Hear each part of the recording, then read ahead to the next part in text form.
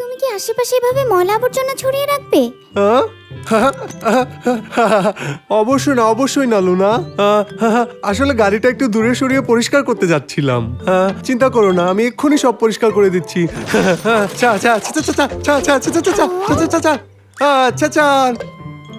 খুব ভালো টুনি। কাজ শেষ করার পর সবসময় চারপাশ পরিষ্কার করবে। মাঝে মাঝে লুনা পরিষ্কার পরিচ্ছন্ন নিয়ে এত সতর্ক থাকে, পাগল হয়ে যাই।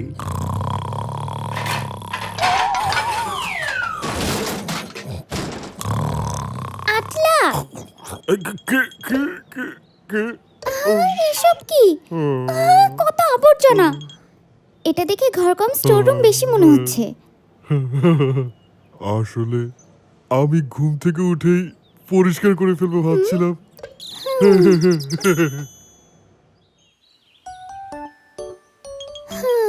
আমি জানি পরিচ্ছন্নতা নিয়ে আমি বেশি চিন্তিত, কিন্তু পৃথিবীকে দূষণমুক্ত রাখতে পরিচ্ছন্নতা খুবই প্রয়োজন। ঠিক বলেছি না ছোট্ট সূর্যমুখী? কি হলো সূর্যমুখী? ওটা কি আসছে? পালাও!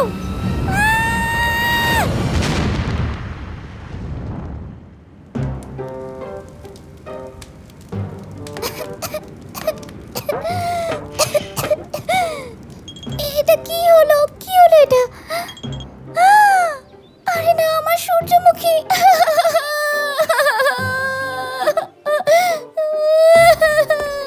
লুনা, কিসের জন্য এত শব্দ শুনলাম? কি হয়েছে তুমি জানো?